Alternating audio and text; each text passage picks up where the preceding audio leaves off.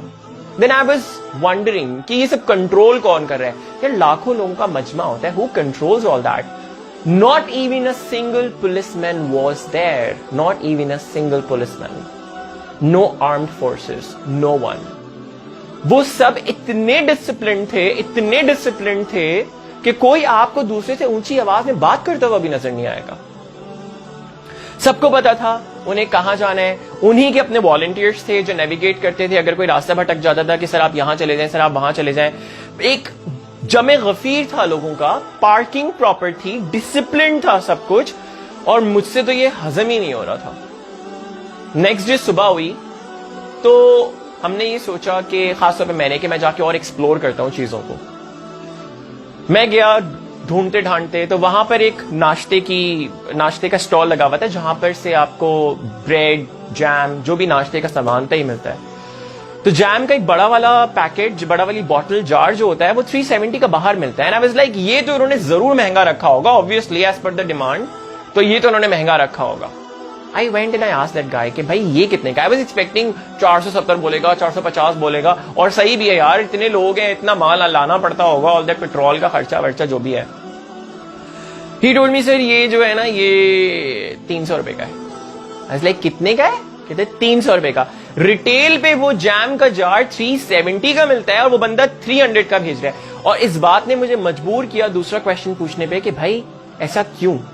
تو اس کا سامنے سے رپلائی آیا, یہ لوگ اللہ کے لیے آئے ہیں سر, یہ لوگ اللہ کے نبی کے لیے آئے ہیں, ان کا دین پھیلانے کے لیے آئے ہیں.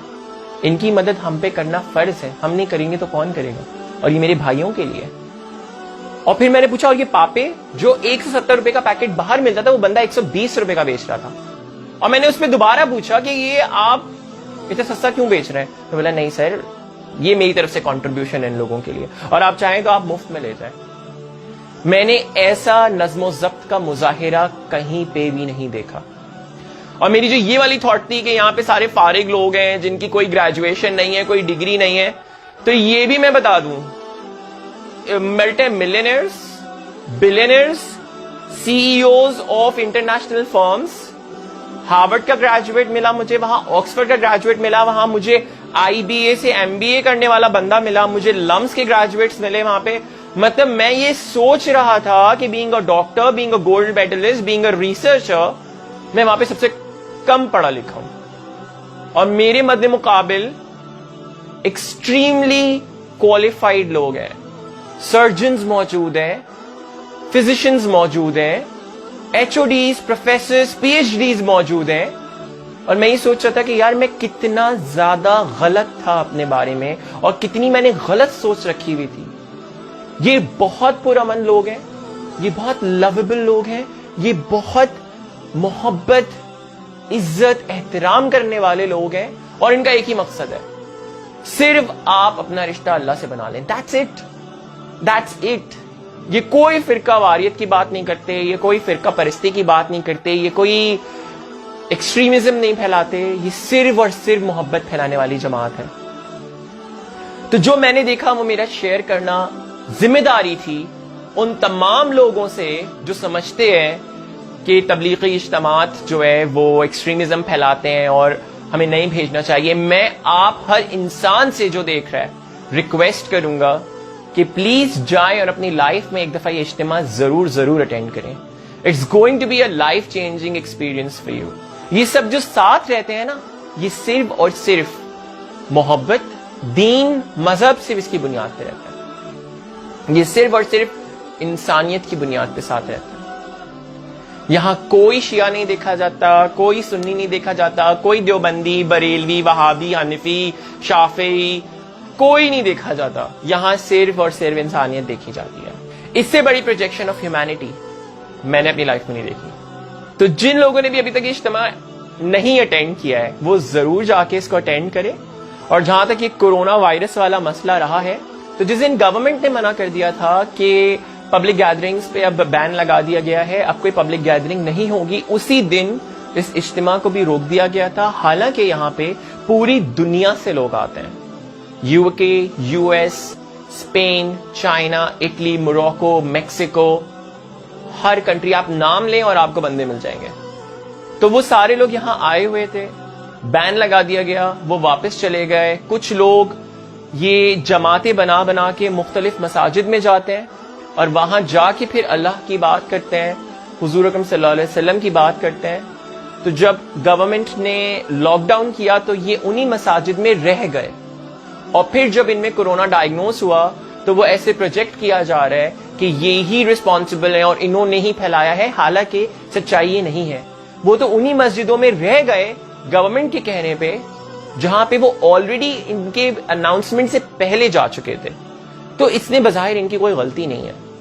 تو میڈیا کو وہ چہرہ دکھانا چاہیے جو ایکچوئل ہے, رادر دین وہ جو ان کا اپنا مفاد ہے. اور کیونکہ میری ذمہ داری یہاں پوری ہوتی ہے تو آپ بھی اپنی ذمہ داری پوری کریں کہ اس ویڈیو کو زیادہ سے زیادہ شیئر کریں, تاکہ تبلیغی جماعت کے لوگوں سے ریلیٹڈ جو ایک برا امیج لوگوں کے دماغ میں فیبریکیٹ ہو گیا ہے ہماری میڈیا کی وجہ سے کہیں نہ کہیں, وہ جلد از جلد دور ہو جائے.